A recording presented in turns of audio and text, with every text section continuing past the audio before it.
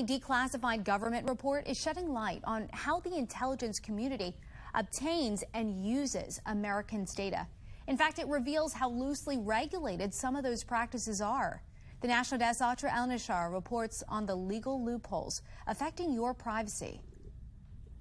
A new frontier of digital data collection raising serious ethical questions within the U.S. government. Commercially available information, things like location tracking, purchase history, web browsing, is collected by data brokers and available to the public for purchase. Because anyone can buy it, the government does not have strict rules for how it can use it too, as detailed in this advisory group report to the Office of the Director of National Intelligence in January of last year, just published this week. The report says without proper controls, CAI can be misused to cause substantial harm, embarrassment, and inconvenience to U.S. persons. The military has purchased, for example, geolocation data gathered from Muslim prayer sites and dating apps in order to track users. One question the report raises, at what point does the collection and use of this information, like constant location tracking, breach a person's Fourth Amendment right protecting them from unreasonable search and seizure?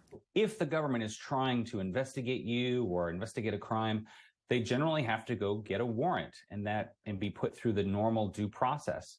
But this ability to purchase data from data brokers is essentially a big workaround. Bipartisan legislation has been introduced in Congress to block data brokers from selling data to the government without court oversight. Being successful and ensuring that there's accountability aren't mutually exclusive. The bills have been stalled for more than a year. The intelligence community argues it would be at a disadvantage to foreign adversaries if it can't access this data. For instance, the Department of Homeland Security has used it to identify foreign researchers studying in the U.S. who had previously unknown links to their home country's military. The advisory group that wrote the report is calling on the intelligence community to start cataloging the data they buy, set standards for how they acquire it, and better protect privacy. In Washington, I'm Atra El-Nashar for the National Desk, America's News Now.